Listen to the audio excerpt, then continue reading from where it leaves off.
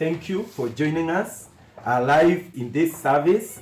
I want to say that this is the day that the Lord has made, that we are going to rejoice and be glad in it. For sure, we've been together in the course of the week. We've been doing our services every day at 9 o'clock, and I will be glad to be with you in every other moment that the Lord is going to give us, even in the coming week. But for this day, which is the day that we are having our Sunday service, I want you to be with me even as we share the word of God. And let me tell you that the Lord has wonderful things in store for us. My message this morning is entitled, Hold On to Your Dream. Hold on to your dream. And I know that this is an area that is a bit interesting, and some people may be wondering, which dream now that things have gone the way they have gone? But I want you to be with me as I share with you the word of God in the book of Luke chapter 8, and I will be reading a few verses, and then you'll be able to hear what the Lord is saying. I want to read from the book of Luke once again, chapter 8 and verses 41. Can you be with me even as I read it? Verse 41 says, And behold, there came a man named Jairus, and he was a ruler of the synagogue. And he fell down at Jesus' feet and begged him to come to his house, for he had an only daughter. I want you, my listener and my viewer, to take note of that. For he had an only daughter, an only one, about 12 years of age, and she was dying. The only daughter, 12 years of age, and she was dying. I want to jump to verse 49. That was verse 42. Let me now jump to verse 49. The Bible says, while he was still speaking, someone came from the ruler of the synagogue's house, saying to him, Your daughter is dead. The one who was dying is now dead. And then this person also continued to tell Jairus, Do not trouble the teacher. Verse 50. But when Jesus heard it, he answered him, saying, Do not be afraid, only believe. Take note of that. Only believe, and she will be made well. Only believe, and she will be made well. Don't forget, at this time she is already dead. When he came into the house, he permitted no one to go in except Peter, James, and John, and the father and mother of the girl. Now all wept and mourned for her. But he said, Do not weep. She is not dead. We have already been informed she is dead. But Jesus down here in verse 52 is saying, Do not weep. She is not dead. A contrary, something very different from the fact that was on the ground. Do not weep. She is not dead, but is sleeping. Jesus calls it sleeping. And then verse 53 says, And they ridiculed him. They actually laughed at him. That's what another translation said. They laughed at Jesus, knowing that she was already dead. But he put them all outside, took her by the hand, and called, saying, Little girl, arise. Then her spirit returned, and she arose immediately. And he commanded that she be given something to eat. And her parents were astonished, but he charged them to tell no one what had happened. Jesus, we thank you for that word. Thank you because of the revelation, and also granting the utterance in Jesus' name. Amen. I want this morning to say that the place where we are globally, I don't want to talk about Kenya alone. It's like people's dreams are dead, and they are wondering, is there anything that can happen? May I declare to you that this morning that Jesus is going to resurrect every dream that has died in the name of Jesus. Amen. I know some people may be wondering, what is this preacher saying? I'm saying it from the scriptures which you have just read. The book of Luke chapter 8 from verses 41. It talks about something that is a bit interesting, about a synagogue ruler. The Bible talks about Jairus, the synagogue ruler. Who was Jairus? Jairus was the administrator of the synagogue. Jairus was the one who was in charge of the day-to-day running of the synagogue. Jairus was the one who was organizing the services in the synagogue. Jairus was a respected man in the society. Jairus is somebody whom you could not ignore in the society. Jairus, I'm tempted to say that he was a God-fearing person. And this is what many of us who are God-fearing are going through throughout the world.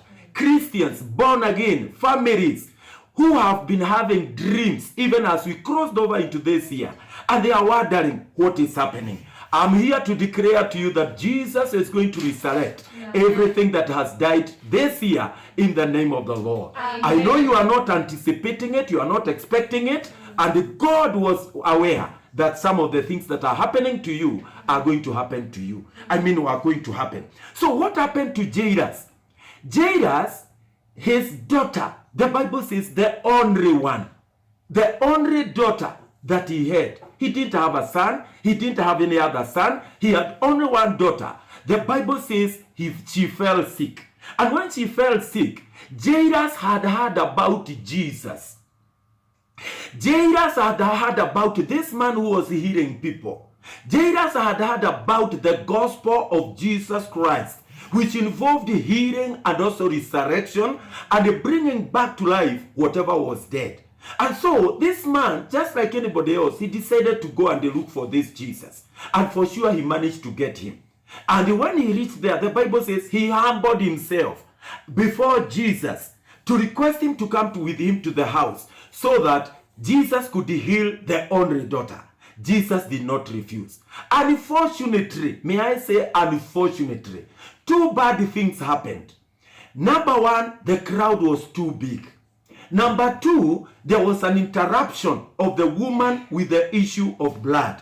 These two things, I'm tempted to believe that they hindered Jesus to move very fast to where this girl was. And now, when these two things happened, Jesus was not able to get to where the girl was. And as he was making his way to Jairus' house, the report was brought by one of the servants that the girl is already dead. Let me tell you, many people are seeing as if their dreams are dead. Many people are saying, were it not for this catastrophe, were it not for this disaster of coronavirus, were it not for this economy that is performing so poorly, were it not for the government, we are blaming all sorts of things, were it not for China where coronavirus originated from, our dreams would not have died. Were it not for all these things, our dreams would be alive. The dreams that we had, we were just vibrant as we were crossing the year 2020. And we had wonderful intentions, wonderful plans, wonderful ideas, wonderful dreams, a wonderful vision for this year. And we are now blaming everything. Even Jairus would have blamed the crowd, would have blamed the woman with the issue of blood. Never mind that this woman also needed to touch Jesus. He would have blamed everything. But let me tell you, Jesus was composed. This day as the world is going through the tempest, this day as the world is actually going through the turmoil, let me tell you, the Bible says God is on the throne. He is not outside his seat. He is not troubled. Jesus is not troubled because he knows what he is going to do. May I declare that whatever he is going to do, he is going to do it for you in the name of the Lord. Amen. You don't have to worry because of everything that has happened and the delay that has come. I'm imagining of Form 4 students. I'm imagining of Class 8 candidates. I'm imagining of others who had the targets this year and now they don't know what to do. Let me tell you, when Jesus comes in, everything is going to be straightened up and everything is going to be okay in the name of the Lord. Amen. So finally Jesus went together with Jairus and he was able to reach at the home of Jairus. When he went to the home of Jairus, listen to what was happening. Everybody was waiting. I'm imagining even his wife. You can imagine. The father may not have been waiting. But what about the wife who had only one child and the child was now dead? And when Jesus got there, everybody was wondering, why do you have to come? Why come? It is already too late. Let me tell you, it is too late for your dream for on the side of the people or on your side. It is not late for Jesus. Amen. Everybody in the house of Jairus was saying, why waste your time? Why trouble yourself, Jesus? This one is already dead. Even today there are people who are saying it is too late. Let me say it is not too late. We are waiting for a mighty move of God. Even in our churches, we are waiting for a mighty move of God. In the families, the plans, the dreams, the aspirations that we have, we are waiting for the mighty move of God. And when Jesus came and everybody was wondering why he had to come, Jesus told them, don't worry, don't bother. The girl is not dead. The girl is asleep. Amen. Let me tell you, people laughed. People are going to laugh at you even today. When you tell them that your dream is not dead, that the plan you had for this year is not dead, that the intentions that you had for this year, they are not over. When you tell them that you are still going to build that house, you are still going to buy that plot, those of us who are preachers, we are still going to evangelize, we are still going to do crusades with all the shutdown of churches all over. People will laugh at us. But let me tell you, our dreams are just asleep. They are not dead. From today, tell everybody you come across, your dream is asleep. It is not dead, and it is going to come alive in the name of the Lord. Amen. When Jesus discovered the level of unbelief upon these people, he kept them out, and he went inside where the girl was, together with only the 3 disciples and the Father. It looks like the mother was devastated. It looks like everybody else was just, even the professional mourners, they were outside crying, yelling, mourning, and all sorts of things. So he didn't bother to go inside with them. And let me tell you, when Jesus got to where the girl was, he just said, little girl, arise. Today, in the name of the Lord, I want to declare to that dream of yours. I want to declare to that plan that you had for this year. May it arise in the name of the Lord Jesus. Amen. We must see beyond the coronavirus now. Yes. We must see beyond the bad economy. Amen. We must see beyond what the government is doing or it is not doing. Amen. We must go beyond what China did, if at all it is the one that started coronavirus. Amen. We must go beyond what companies are telling us. The kind of heartbreaking messages, cutting people's salaries. They have no other choice. Some people are going with half salary. Others are going without a salary. Unpaid leave. Kind of pains. And don't forget, these are people who had loans. These are people who have bills to pay. These are people who have many things to do. May I say today that this is not going to be forever. Amen. It's just a period of time. And when Jesus comes, no matter what has hindered him from intervening, when he comes, because finally he is going to come, let me assure you, he is going to resurrect every dream that has died. My message to you today is this: hold on to your dream. Your dream is still valid. Your dream is still alive. Hold on to your dream. People will laugh at you when you tell them it is asleep. It has delayed, but it will come to pass. But let me tell you, Jesus is intervening in that kind of a situation. And let me tell you, things are no longer going to be the same. So this morning, as we hear all sorts of stories from all over the world, airplanes no longer flying, and the companies becoming broke, others closing down. Even your little business, maybe you have already closed that shop. May I say that although you have closed it, you are going to open it. And when you open it, it will be bigger in the name of the Lord Jesus. Amen. I want us to pray together, and I know that God is going to resurrect your dream. Amen. Our Father and our God, we want to thank you because of Jairus, a servant of God who believed you when it was not possible to believe in you, Jesus. Oh, yes.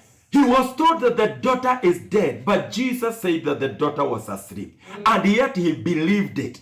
And then finally, the daughter came back to life. Amen. Jesus, I am speaking to every man or woman who is listening to me, who is devastated, who has many questions in his or her life, who is wondering whether there is still anything, any hope for him in this year. Master, I speak to his plan. I speak to the dream that he had. I speak to every intention, good intention that he had. And I speak life to it in the name of Jesus. Amen. And I declare that although people have laughed at him or are laughing at him, that it is all over. That my God, this servant of yours, this daughter of yours, will choose to believe in you rather than believing in people. The people who are telling her that it is all over, she is not going to believe them, but she is going to believe your word. I thank you because of the mighty move of your power upon his life and upon her life. To the glory and honor of your name. Receive the honor and the praises in Jesus' name. Amen. Amen. My viewer, I also want to tell you that from tomorrow we have a message at 9 o'clock. Number 2, we also want to give our offerings. I want to ask you, I know if I don't do this, there are some people who will complain. I want to ask you to remove your offering. We want to pray for it, and then you are going to give it to the glory of your name. My Father, I want to thank you because of this offering. I want to thank you because of this gift. I want to thank you because of any kind of a giving of your people. May you bless them even as they stretch forth their hands to give, to the honor and glory of your name. In Jesus' name, amen. Thank you, and may the Lord bless you. Let's meet tomorrow at 9 a.m. Amen.